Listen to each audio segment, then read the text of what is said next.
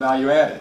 And the further away I got, Mike said, they said the group leader get promoted to AM, the manager, AGM, general manager. Further away you get, the less value added you are. That's what they told me. Now, how's that for the ego? That's not. So I hate to break it to you today, or I'm going to make an assumption, the fact that you're here for a day away from your organizations, that you're not the hands-on adding value to what the customer's directly paying for. So I hate to be the one to tell you that you're non-value added. Did you all know you're non-value added? So the question then becomes, in a lean organization, how do we add value? How do you add value? If you're down the chain here somewhere, or in a support area, IT, PC, HR, whatever, then how do you add value to your organization? Help them understand this new thinking. All right, I like that. By making the people who are working with customers more effective. Very good. So by supporting these people, that's what my trainer said. If you're not building the car, the way you add value is to help the people who are. Support the people who are. And we can expand that, say the process and the people, but you get the point. That's the focus of the organization. That's your focus. You work for those people. That's what they taught me. You work for those people, my son. That wasn't my thinking going into it. In fact, I don't remember the exact conversation, but I remember telling somebody in my first promotion I had 200 people working for me. And my trainer grabbed me and took me aside and said, at Toyota, Mike, you don't have 200 people working for you. At Toyota, you work for those 200 people. Let me teach you that the next couple of years. And he did, and the next one did, and the next one did.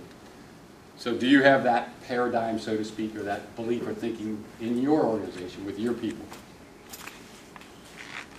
Do you think it'll change your behavior, words, actions if you did? Say yes, then. Because it will.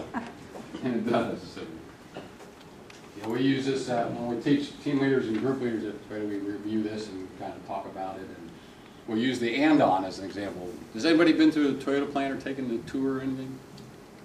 And if you haven't done that, if you get a chance or you're going past it, it's a good tour.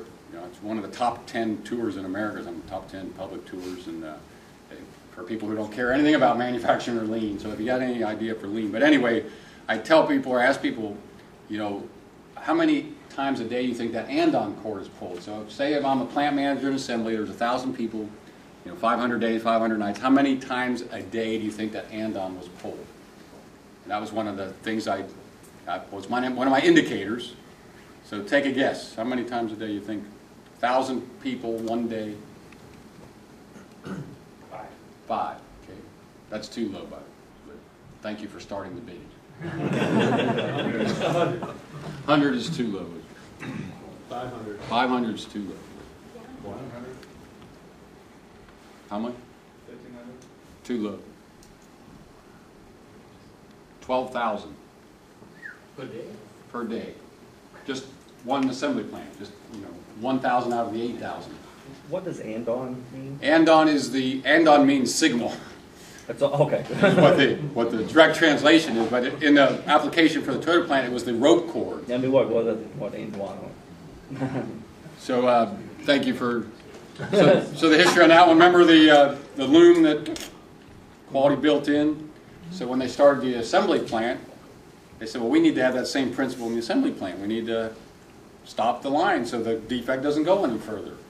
And the legend has it they went through San Francisco and they saw the cable cars where the cable car, anybody could get off at any time by pulling the cord.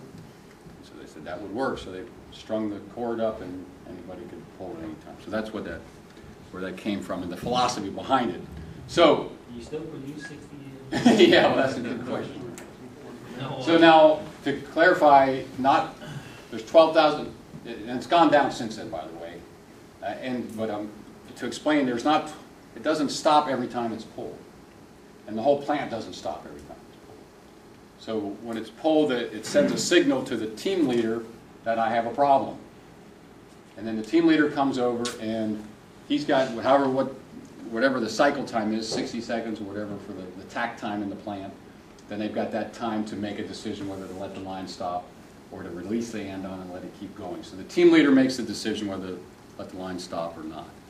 So in other words, when there was 12,000 poles a day when I was manager, we were running about a 90, 91, 92% run ratio. So about 8, 9% of the time it did stop.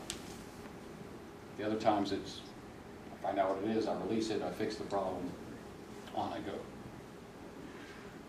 Now when I called them back for the book, they said we're down to, in assembly, I talked to the manager, he said we're down to about 6,000 poles a day and running about 96, 97%, so about 3 or 4% of the time. Yeah. So is it good or bad that there's 12,000 poles? Well, that's good. Good. That's good, right? In a lean organization, we want to know what the problems are. We want people telling us what the problems are. Remember, check abnormality and address it.